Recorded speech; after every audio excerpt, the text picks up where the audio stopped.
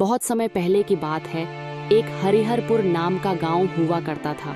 इस गांव में पानी की बहुत समस्या था। उस गांव में पानी के कारण अच्छी फसल नहीं होती थी। एक दिन की बात है, किशोर अपने घर में अकेला था। अचानक किशोर के मन में एक ख्याल आता है। आज मैं तो अकेला हूँ, घर पर कोई भी नहीं है। चलो मैं आज जंगल घूम के आता हूँ। उसके बाद किशोर जंगल के लिए निकल जाते हैं।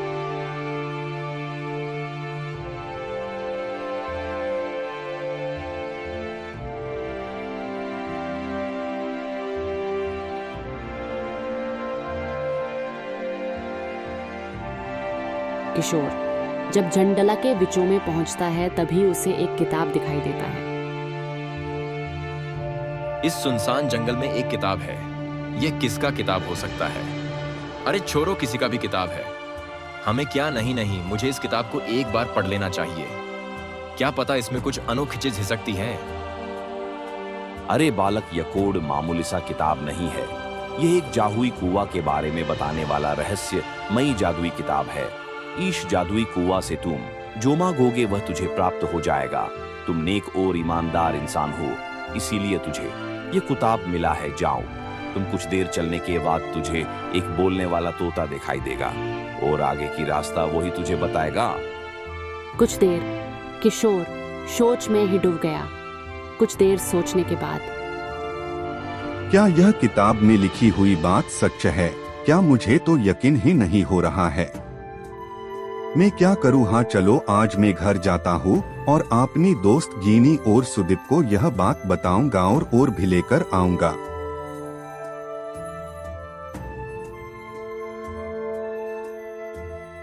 उसके बाद किशोर जंगल से अपने घर की ओर जाने लगता है।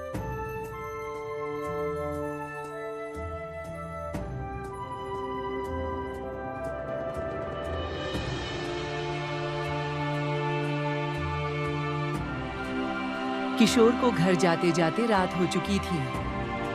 अरे अब तो रात हो चुकी है। अब तो ज्ञानी और सुदीप सो गया होगा। चलो आज छोड़ देता हूँ, उन लोगों को कल ही बताऊंगा।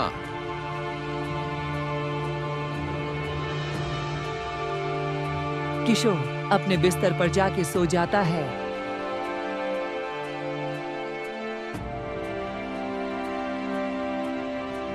जैसे ही सुबह होती है, तभी किशोर ज्ञानी और सुदीप के पास जाता है।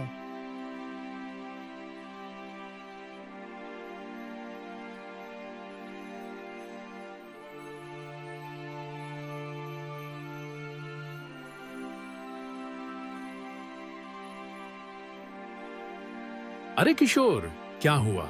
आज तुम सुबह सुबह मेरे घर कैसे आना हुआ? क्या बताऊं ज्ञानी, कल मैं जंगल गया था तो मुझे जंगल में एक किताब मिला। उस किताब में लिखा हुआ था कि ईश जंगल में एक जादुई कुआं है। उस कुआं से जो मांगोगे वह तुझे मिल जाएगा। क्या यह बात सच है? मुझे तो यकीन ही नहीं हो रहा है।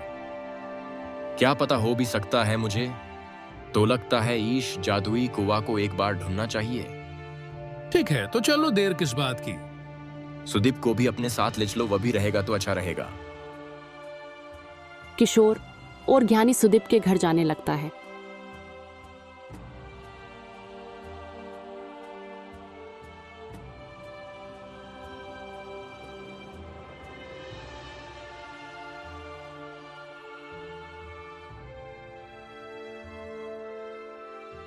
कल मैं जंगल गया था तो मुझे जंगल में एक किताब मिला। उस किताब में लिखा हुआ था कि ईश जंगल में एक जादुई कुआं है। उस कुआं से जो मांगोगे वह तुझे मिल जाएगा। क्या यह जादुई कुआं? मैंने भी इस जादुई कुआं के बारे में सुना था। ठीक है, चलो एक बार जंगल हम भी देखते हैं कैसा होता है जादुई कुआं। उसके बाद किशोर, ज्ञानी, सुदीप व सभी लोग जंगल जाने लगते हैं।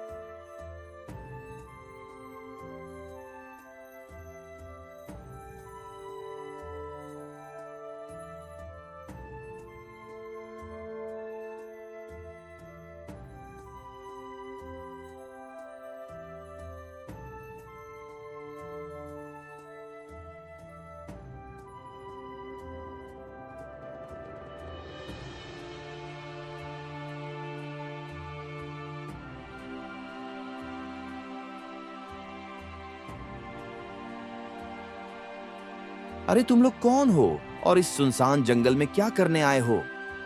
अरे जादुई तोते, मुझे एक किताब मिला था। उस किताब में लिखा हुआ था कि इस जंगल में एक जादुई कुआं है, उसे ही हम लोग ढूंढ रहे हैं। तुम लोगों को मेरे 3 प्रश्न का उत्तर देना पड़ेगा।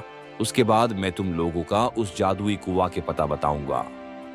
ठीक है, हमें मंजूर है, आप अपना प्रश्न पूछिए। मेरा पहला प्रश्न यह है, माता सीता का जन्म स्थल कहां पर है? माता सीता का जन्म स्थल नेपाल के जनकपुर में है। तुम्हारा उत्तर सही हुआ। मेरा दूसरा प्रश्न यह है, भगवान राम का जन्म स्थल कहां पर है? भगवान राम का जन्म स्थल भारत की अयोध्या में हुए हैं। तुम्हारा दूसरा उत्तर भी बिल्कुल सही हुआ। अब यह रहा तुम्हारा तीसरा प्रश्न, भगवान गौतम बुद्ध का जन्म स्थल कहां पर है? भगवान गौतम बुद्ध का जन्म नेपाल के लुम्बिनी में हुए हैं। तुम लोगों ने मेरा सारा प्रश्न का उत्तर सही सही दिया है, इसीलिए मैं तुम लोगों को उस जादुई कुआं के रास्ते बताता हूँ। यहाँ से थोड़ी आगे जाकर एक पैर दिखाई देगा, उसी पैर के बगल में वह कुआं होगा। इतना कहकर वह तोता वहां से गायब हो जाता है। उसके बाद किशोर, सुदीप, ज्ञानी उस तोते के बताए हुए रास्ते पर जाने लगता है।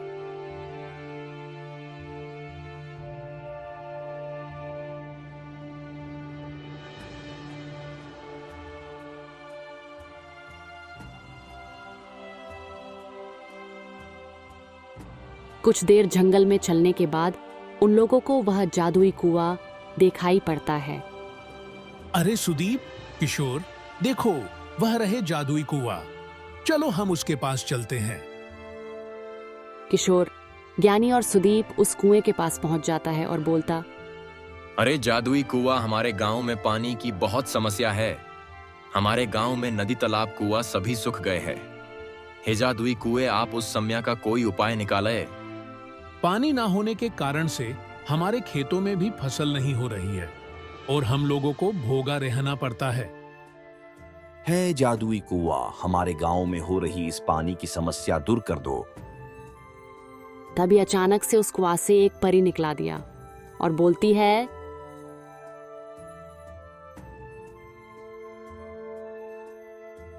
अरे बालक, मैंने तुम लोगों की सारी बातें सुन ली है। जाओ, तुम्हारी सारी इच्छा पूरी हो जाएगी। शुक्रिया जादुई परी, आपने हमारी गांव के पानी की समस्या दूर कर दिया। कोई बात नहीं, यह तो मेरा फर्ज है मुसीबत में आए लोगों का मदद करना। इतना बोलकर वह जादुई परी वहां से गायब हो जाती है। उसके बाद किशोर, ज्ञानी, सुदीप जंगल से अपने गांवों की तरफ आने लगता है।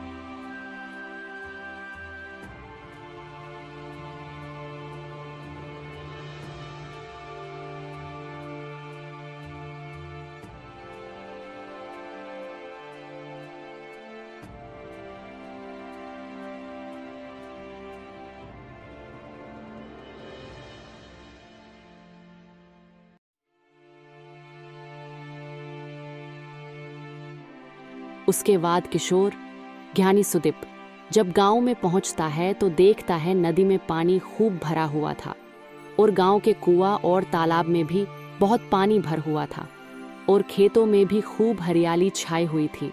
यह सब देखकर वो लोग बहुत खुशी होता है।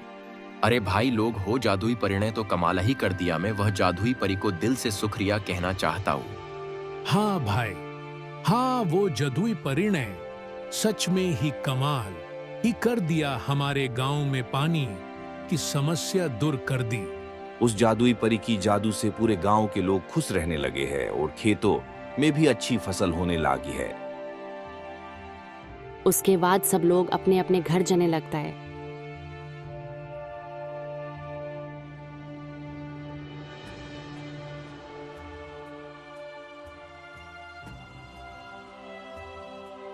जैसे ही रात होती है वैसे ही सब अपने बिस्तर सोने चले जाते हैं। किशोर और सुदीप अपने बिस्तर पर जाते ही सो जाता है। इधर ज्ञानी को नींद ही नहीं आती है।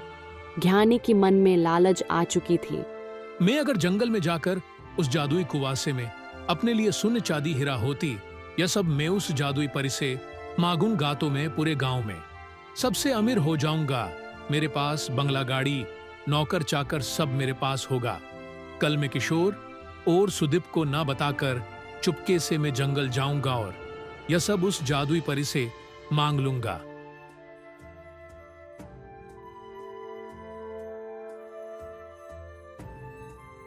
सुबह होते ही ज्ञानी जंगल की ओर जाने लगता है।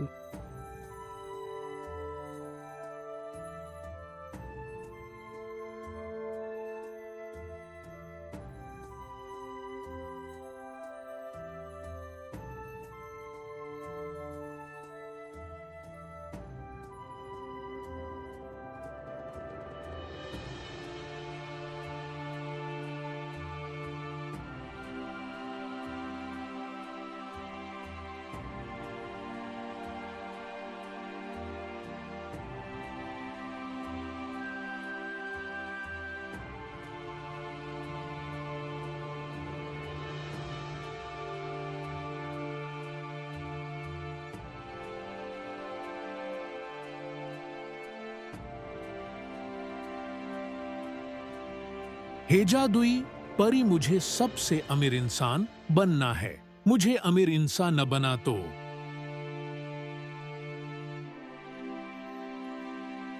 अरे मूर्ख बालक, मैं सच्चे और ईमानदार लोगों पर ही मैं अपना जादुई करता हूँ। तुम जैसे लोभी इंसान पर मेरा जादुई काम नहीं करता है। हाँ, लेकिन मैं तुझे एक सराप देता हूँ। जाऊं तुम्हारे पास जितनी भी धन संपत्ति है वह सारी नष्ट हो जाएगी। नहीं नहीं जादुई परी, ऐसा मत करो। मुझे माफ कर दो, मुझे माफ कर दो। मुझसे बहुत बड़ी गलती हो गई है। मुझे अपनी गलती का एहसास हो गया है। ठीक है, तुझे एक बार के लिए माफ कर देता हूँ। अगर यह सी गलती दोबारा हुआ तो तुझे कभी माफ नहीं करूँगा। इतना बोलकर वह जादुई परी गायब हो जाती है और ज्ञानी को भी अपनी करनी पर पछतावा होता है और ज्ञानी अपने गांवों की ओर चल देता है।